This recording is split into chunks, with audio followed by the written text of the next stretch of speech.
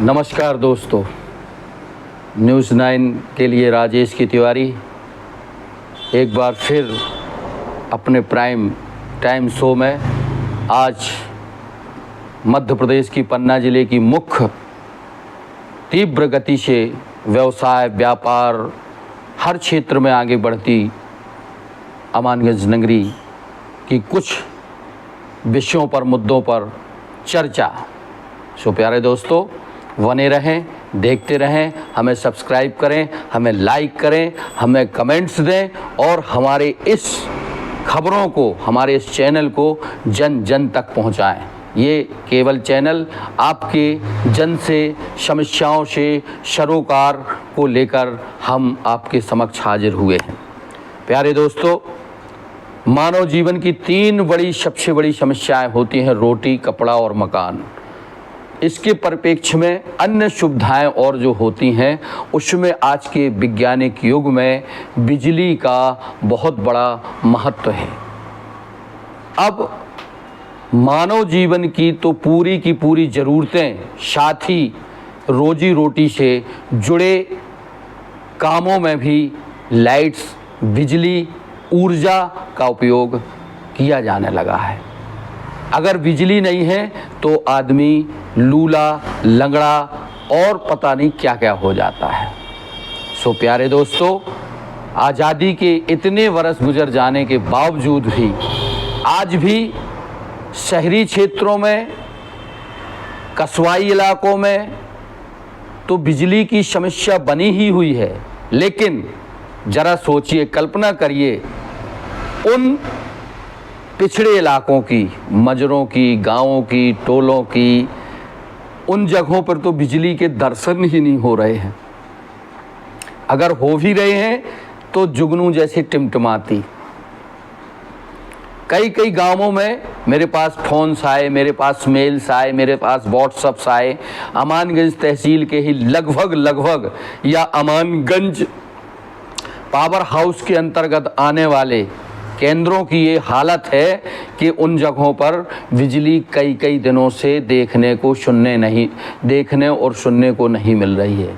अब ग्रामीण परिवेश के हाल ये बद से बदतर बने हुए हैं। साथ ही अगर कस्बाई अंचलों की बात की जाए ज़िले की, तो ज़िले के कस्बाई अंचलों में भी बिजली समस्या को लेकर बहुत बदहाली की स्थिति बनी हुई है।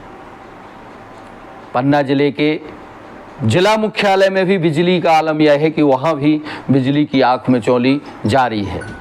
वहीं अगर हम बात करें पन्ना ज़िले के देवेंद्र नगर, अजयगढ़, अमानगंज, गुनौर, शाहनगर, पवई, यानी अमूमन सब जगह जो है स्थिति बड़ी विडंबना पूर्वक बताई जा रही है। तो दोस्तों, पन्ना ज़िले में जो वैसे ही पिछड़ा हुआ है, बिजली की ज़बरदस्त कटौती और मारामारी के चलते इस जलती चुभती और चिपचिपी गर्मी में देखिए ना, प्राकृतिक भी अपना रुख कड़ा अख्तियार कर रही है। आज सूर्य देवता के इतने ज़बरदस्त तेवर हैं कि आषाढ़ मास में जहां नदी, नाले और भयानक पानी वर्षा करता था, आज बारिश भी कम हो रही है। ऐसे में जलती चुभती सूर्य की तेज गर्मी से लोगों का जनजीवन अस्त व्यस्त है। उस पर भी जब बिजली गुल हो जाती है तो लोगों को कैसा लगता है। आज मानव जीवन बहुत सुविधाभोगी हो गया है। सुविधाभोगी ऐसी कि अब जो है दूसरों के डिपेंडेंट हो गया है। बिना बिजली के नहीं रह सकता, बिना कूलर पंखा के नहीं रह सकता, बिना एसी के नहीं रह सकता। जो जिस लायक है, जैसी उसकी जो है थीम है, जैसी उसकी जो है जीवन शैली है, जैसी उसकी आमदनी है, उस हिसाब से उसका रहन सहन है। अमानगंज में लगातार विद्युत की कटौती, विद्युत आपूर्ति में जो बाधा हो रही है वह देखने और सुनने को मिल रही है। लोगों के हमारे पास मेल्स, कमेंट्स और फ़ोन आते हैं। उनका ये कहना है कि आप अपने न्यूज़ चैनल पर बिजली की समस्या को लेकर कवरेज करिए। सो दोस्तों, आपकी फरमाइश पर, आपके कहे अनुसार इस मुद्दे को आज मैं उठा रहा हूँ। बहरहाल सुबह 5 बजे से बिजली के कट का जो पावर कट स्टार्ट होता है वो रात के 11-12 बजे तक अनवरत रूप से चलता रहता है। अब देखिए ना, सुबह पहला ट्रिप 5:30 और 6 बजे से शुरू होगा, इसके बाद 6 बजे, फिर 7 बजे, उसी टाइम पे पानी आएगा, उसी टाइम पे बिजली जाएगी। अब देखिए स्कूल भी खुल गए हैं, जो गृहिणियां हैं, जो माताएं बहनें हैं, उनको बच्चों के लंच बॉक्स भी बनाने हैं, बच्चों को तैयार भी करना है। इस बीच घर में अंधेला रहता है, बिजली नहीं रहती तो कितने काम प्रभावित होते हैं। मसलन जो जिम्मेदार हैं, जो कुर्सी पर बैठे हैं, वो अपनी कहीं ना कहीं जिम्मेदारी से भागते हैं। हाँ प्यारे दोस्तों, जिम्मेदारी से भागते हैं। जब आपके न्यूज़ 9 के एडिटर इन चीफ राजेश की तिवारी ने अमानगंज के कनिष्ठ यंत्री विकास गुप्ता से दूरभाष पर बात की, आपको वो हमारे फ़ोनों पर सुनने को मिलेगी, तो उनका कुछ जो है बात करने का रवैया पब्लिकली या गवर्नमेंट सर्वेंट के हिसाब से लगा नहीं। उनका कहना था कि 50 साल पुरानी केबल्स है, फलानी दिक्कत है, ढिकानी दिक्कत है, इंसुलेशन ख़राब हो रहे हैं, ट्रांसफार्मर जल रहे हैं, ये एक समस्या है, वो अरे तो ये समस्या है, वो समस्या है, तो आपको सरकार ने उस जगह पर बैठा रखा है ना, एक भारी भरकम बजट भी दिया जाता है। अब उस बजट को आप और आपके अधिकारी और सफ़ेद पोस्ट मिल के कहाँ उसको ठिकाने लगाते हैं, और सही मात्रा में जो गुणवत्ता युक्त केबल होती है या जो उपकरण होते हैं उनकी खरीदी क्यों नहीं होती। विदिन आज से अगर 20 से 30 साल पहले की बात करें तो जो बिजली मिलती थी वो बिजली ऐसी रहती थी कि चाहे कैसा पानी बरसे, पुराने लोग बताते हैं, चाहे आंधी चले, चाहे तूफान चले, चाहे बिजली गिरे, चाहे तड़के, चाहे गाज गिरे, पर बिजली कभी ट्रिप या बंद नहीं होती थी। अब देखिए ना जनाब, थोड़ा सा लपका नहीं, थोड़ी सी आंधी चली नहीं, थोड़ा सा मौसम ने अपनी करवट बदल दी नहीं और बिजली ठप हो जाती है। बिजली गई तो फिर पता चला कि 4, 6, 8, 10 घंटे बिजली की सूरत या उसकी झलक ही नहीं मिलनी देखने को। अब ऐसे में एक यक्ष प्रश्न होता है कि आखिर इस चीज़ को लेकर इस महकमे के जिम्मेदारान अधिकारी और भारी भरकम मंत्रालय, ऊर्जा मंत्री क्यों नहीं इस मामले को संज्ञान में ले रहे हैं। आज अमानगंज शहर में देखिए, पन्ना ज़िले के शहर में देखिए, कहीं भी देखिए, जो लाइन बिछाई गई थी, जो तार लगाए गए थे कि इससे बिजली की चोरी नहीं होगी, आज जगह जगह लटक रहे हैं, इतने नीचे झूल रहे हैं। आप शाला मोहल्ला जाइए तो वहाँ पे हरदौल मंदिर से लगा के मिश्रा के घर तक मान के चलिए कि 3 फीट नीचे झूल रहे हैं तार। कितनी बड़ी दुर्घटनाओं को आमंत्रण दे रहे हैं। पर बिजली में सुधार नहीं हो रहा, लाइनों में सुधार नहीं हो रहा है, आए दिन इनके ट्रांसफ़र बस्ट होते हैं, और इस पर कहते हैं कि जो आबादी है सुविधा वही है, आबादी बढ़ गई है, उपभोक्ता बढ़ गए हैं। अरे तो उपभोक्ता बढ़ गए हैं तो उनका मीटर की रीडिंग भी तो बढ़ रही है जनाब, उनके बिजली के बिल भी तो करंट मार रहे हैं, वो झटके पे झटके दे रहे हैं, उसके रेट भी तो बढ़ गए हैं। पर बिजली की समस्या पे सुधार या निदान क्यों नहीं हो पा रहा है। आज इस जलती चुभती और विकराल गर्मी में जब बिजली चली जाती है तो क्या होता है वह व्यक्ति समझ सकता है। इस संबंध में जब छतरपुर में बैठे अधिकारी, पन्ना पवई में बैठे अधिकारी, या जो अपने अपने पावर सेंटरों में बैठे हैं अधिकारी, जब उनसे फ़ोनों पर बात की गई तो उनने फ़ोन उठाना मुनासिब नहीं समझा। इससे एक बात ये जाती है कि आज ये अधिकारी अपनी अपनी जगह पर बैठकर इतने मदमस्त हाथी हो गए हैं कि अपनी चाल से चलते हैं। विभाग को एक चारागाह बना लिया है, जहां इनको आमदनी होगी, जो सीजन में वहां बिजली देंगे, वहां इनके जो है छुटभैया गुंडे, छुटभैया वसूली करने वाले कर्मचारी पैसा मांगेंगे, वसूली करेंगे, ये करेंगे, वो करेंगे, पर सुविधाएं कुछ नहीं देंगे। मैं मानता हूं कि बिजली विभाग के कर्मचारी अधिकारियों की कुछ समस्याएं हैं, और उनको जब बिजली चली जाती है तो सैकड़ों नहीं लाखों की तादाद में गालियां मिलती हैं, और बहुत कठिन जॉब है। विकराल परिस्थितियों में, विपरीत परिस्थितियों में बिजली विभाग के कर्मचारी अधिकारी काम करते हैं, ये भी मैं मानता हूँ और हमारे दर्शक भी मानते हैं, लेकिन वो ये सब नहीं देखते। उनका कहना है कि हम जब बिल देते हैं, जब हमें जोर का झटका धीरे से बिलों के माध्यम से लगता है तो हमें बिजली भी चाहिए। भाई ठीक है, दिन में, रात में कुछ देर के लिए बिजली चली जाए।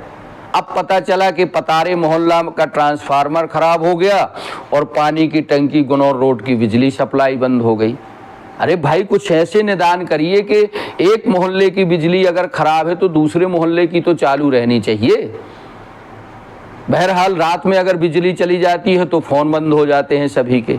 मेरे पास फ़ोन आते हैं, मेरे पास मैसेज आते हैं, मैं करता हूँ, लेकिन तब भी कोई रिस्पॉन्स नहीं मिलता। अभी विगत दिनों ग्रामीण बैंक के क्षेत्र के पास की बिजली गुल हुई थी। वहाँ के एक सम्मानित प्रतिष्ठित रहवासी हैं आदरणीय अजय कुमार जैन साहब। उन्होंने रात को 11:30 बजे मुझे फ़ोन किया। बोले तिवारी जी, बिजली 9 बजे की गई हुई है, अभी तक आई नहीं। मैंने फ़ोन लगाया तो फ़ोन रिस्पॉन्स नहीं मिला भी तो कहा गया कि भाई वो तो कर्मचारी हैं, चले गए, अब सुबह देखा जाएगा।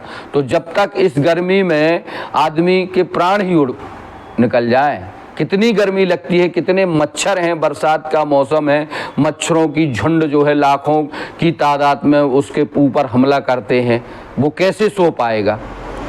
साथ ही अब देखिए ना कि इस ज़माने में इलेक्ट्रॉनिक आइटम के धंधे जोरों पर हैं।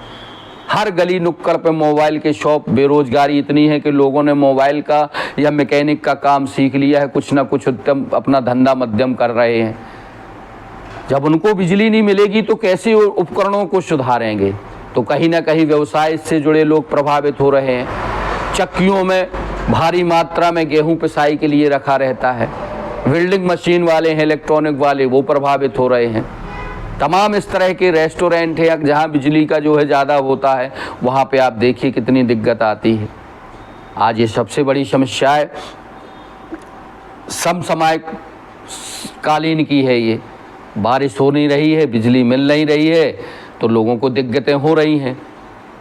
तो सरकार और सरकार में के जिम्मेदार लोगों से न्यूज़ 9 के माध्यम से एक जनहित में अपील और उनसे कहा जा रहा है कि इस समस्या को गंभीरता से लें। और जो यहाँ पर जिम्मेदार बैठे हैं कनिष्ठ मिस्टर गुप्ता जी, वो कहीं दूर के नहीं हैं, महेबा की ही हैं। तो कृपया लोगों का कहना ये है कि भाई बिजली को लेकर आक्रोश न पनप पाए, नहीं तो अमानगंज का एक इतिहास रहा है।